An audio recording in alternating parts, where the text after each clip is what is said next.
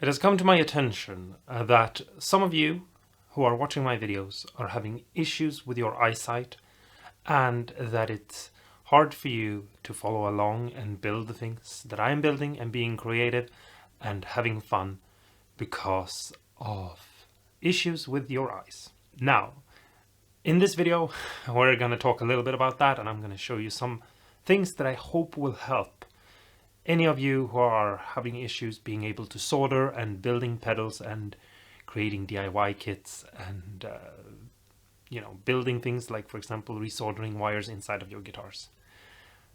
But a quick disclaimer, I have very good eyesight and I have no issues at all seeing small parts and things like that. So I don't really know what I'm talking about. But this is the things that I've found throughout talking with relatives and close loved ones who have issues with their eyes. And so hopefully going through these things might help. Another thing that is very important is that having issues with your eyes can be the result of a lot of different things. And so some of these things might be relevant to yourself and some of them might not. So you should talk to a doctor and make sure you know exactly what kind of issues you have with your eyes and see if I am bringing up some of the kind of issues you're having. For example, some people have issues with colors and focus, and some people have issues with brightness or darkness. So yes, let's try to solve this, and hopefully I help some of you at least somewhat, and we can start being creative and building things and have fun. So, one thing that is very important, and this goes further than just if you have poor eyesight or if you have issues with your eyes, but that is good lighting. I have here in my hand a working light. When you're out working, sewing up, milling, doing, real manly stuff. Sorry.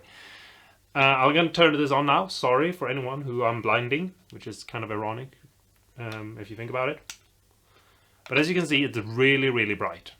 And so, if you have issues seeing small parts because it's too dark, getting something like this is about 30 bucks in a hardware store. And it comes with these legs, so if you need to mount it to something, you can do so. You can also very easy take off the bottom and put it on a stand, like the light I have right here. It's also a working light that I'm using to make the videos. And lights are really, really important, okay? And you need to think about that, like how is your working space lit up? And is it lit up, like for example, you have a light in the ceiling? I mean, I have a couple of lights in the ceiling, and so this room is very bright, but it's not super bright if you think about it being like a working place. Like if you went to an actual like guitar factory or something like that, not the Gibson one, you would know that it's a lot brighter in there than here. It's supposed to be almost like sunny. You have big lights that are showing all the details and everything, so you really can see everything. Another light I have is right here. And when you see the overview, when I'm building something and I'm showing you only my hands and not my face, it's this thing right here. And if I turn this on, you will see that it lights up this area here a lot. So if I snap my fingers, you can see all of a sudden it is a lot brighter. And if my hand is over here, it's super dark, and then I move it in here and it's in like incredible light, and you can really see all the little details of things when you have really, really nice lighting. Now I know that at least one of you are gonna think, that's great, that's cool, you have lights, good. But I don't have lights, and I don't wanna spend the time and money to get that sort of lighting when I'm just doing this on my kitchen table, and I don't have a basement to do all of these things in and invest in all these stuff. Well, this here is a tiny little USB driven light that, if I open it up, comes out and it becomes its own stand, and it has a USB plug-in And you don't have to get this exact one. Any kind of these, if they are big like this or if they're smaller, it doesn't really matter. They will all work for what I'm going to tell you. These can actually be really good. You have to keep it closer to what you're working with because it's not as bright. But if you get one of these little USB charger for your phones and you plug it in, then you have actually nice lighting from this tiny little lamp as well.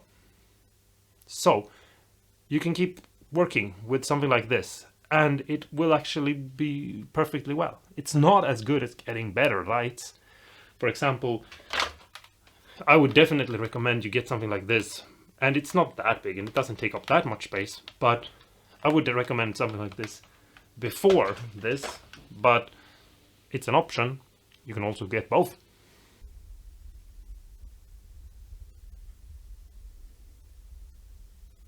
Now, if you have poor eyesight and what you need is glasses, one thing that you can also get is glasses with LEDs in them that lights up where you're looking. You could also get a headlamp, you know, a headband with a lamp inside of it. Those two options are also really good. I actually sometimes use a headlamp thing, not when I'm building pedals or anything like that, but when I'm building other things, and it's more, you know, oh, I really need to get in there, you know, like for example, if you're plumbing under a sink or something like that. And so if you, for example, have glasses with a subscription on them and you need to always wear those kinds of glasses, that could be an addition to just find the kind of glasses you need, but with LEDs in them. So check for that. You could probably find that on Amazon, for example, if you want to go that route. So my next thing is you can get a magnifying glass.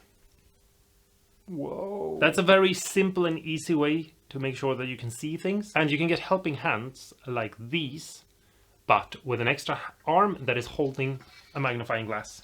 You can also mod a base and put a magnifying glass in it if you feel extra crafty, but that's an option. And those can actually be super helpful. And just having a magnifying glass ready for when you feel like, oh, I can't really see what I'm doing, can be a good option. You can also get magnifying glasses that you put on your head and that are extra lenses that you flick in front of your eyes, and that could be something that helps. I have never really used anything like that, so I don't really know, but you could talk to your eye doctor, your you know, specialist in eyes, and see if that could help. Or you could probably find cheap alternatives on Amazon and try them out and you know, see what happens. Okay, so this is the lens to a microscope, and that I don't use it for what I'm about to tell you that you can use it for, but I've noticed that it works for it. I use this for taking funny pictures, you know, because I like old vintage cameras and lenses and things like that. And you can mount these to your camera and take funny pictures, but you can also look through them and see details in very great detail because you see them very small. So if that's something that you need, you can actually find these for next to nothing on eBay. You search for something like microscope lenses or micro lenses or something like that, and then you just go from the cheapest instead of best match, and you see something and you just buy it, and it's an old second-hand lens. It doesn't have to be a nice brand or anything like that. They all will work for this purpose, and if you're not going to use it for photos as well, then you definitely don't need to spend more than a couple of bucks max. Another thing to think about that might be good is what kind of multimeter you get. If I start this up, you will see those numbers there, or hopefully at least you will see how it's reacting to me moving it. This doesn't have a lit screen, it's just, you know, it shows the numbers, but you can get multimeters with a backlit that shows everything much clearer and that makes everything look a lot nicer, and it will most likely work for you a lot better if you have problems seeing what's happening on your multimeter. They are most likely, I don't own one and I've never owned one, they're most likely a little bit more expensive, but it will save you the headache of, you know, seeing something the wrong way or not being able to see something and be feeling insecure or something like that, for example, about what you're making and doing. And so I think it would be a good idea. But then again, take anything I say in this video with a grain of salt, because I don't know what kind of problem you actually have with your eyes, and I don't want to assume anything.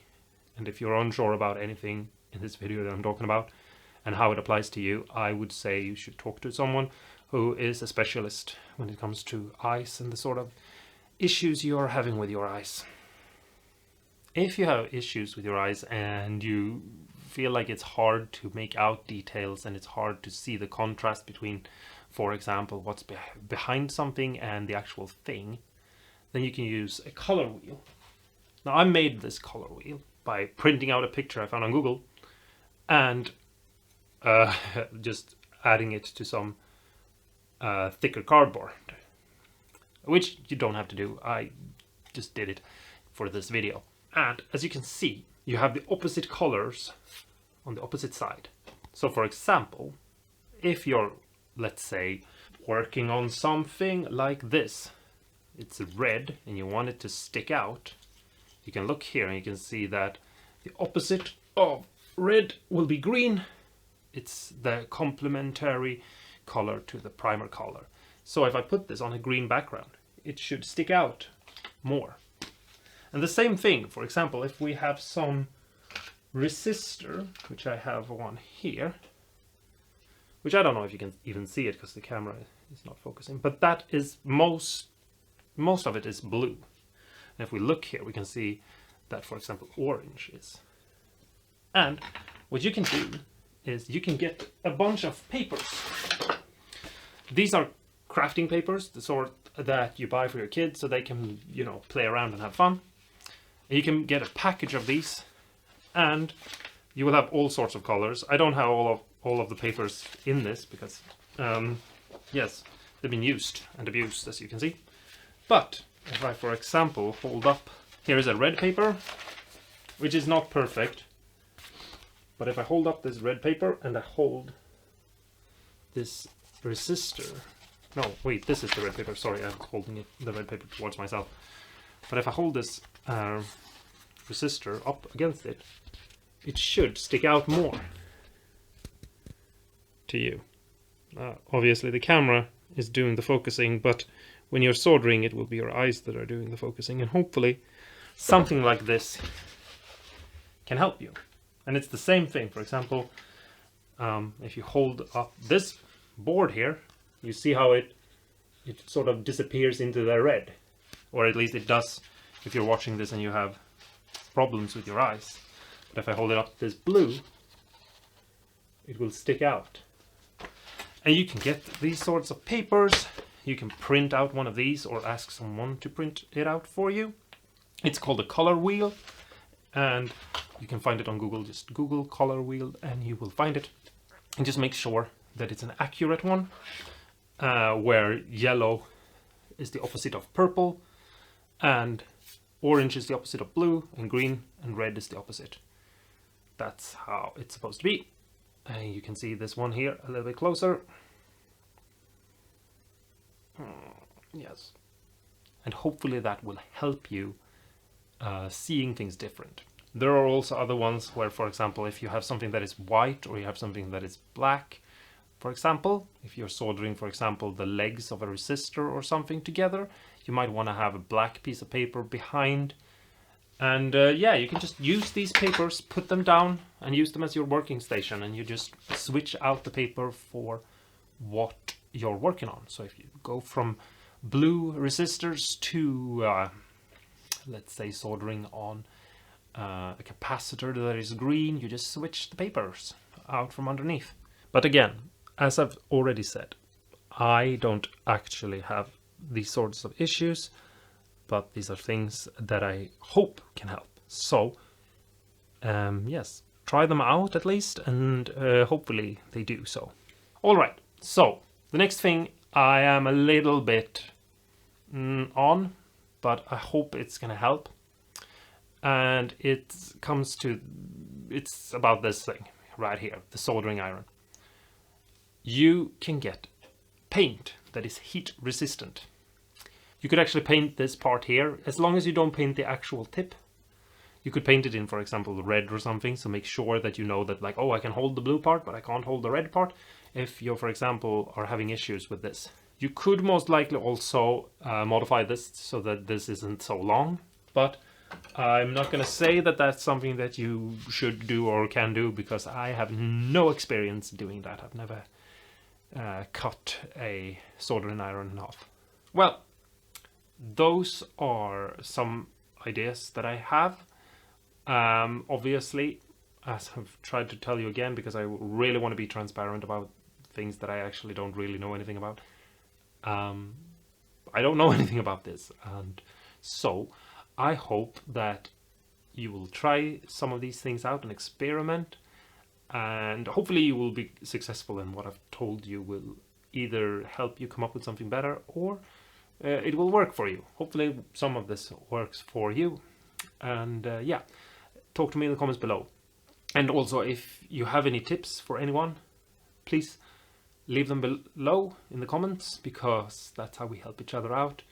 Especially if you yourself are experiencing issues and you feel like you've come up with something that helps. And I'll talk to you in the comments below as well, and maybe we'll make another one of these videos if there are a bunch of things that could be beneficial left in the comments below. So yes, please be nice to each other and help each other out. That is always the best thing to do. And I'll see you in the next video. Until next time, stay awesome and cool, and go and solder things and learn how to solder if you don't know how to solder, and be careful so you don't hurt yourself or burn yourself. I mean, you are eventually gonna burn yourself. I've burned myself a billion times already just doing this video. But yeah, anyway, yeah, go solder, be creative. Don't let anything stop you from being creative, even, you know, having issues of some sort. So yeah, and I'll talk to you in the comments below and all of that. So yeah, bye bye.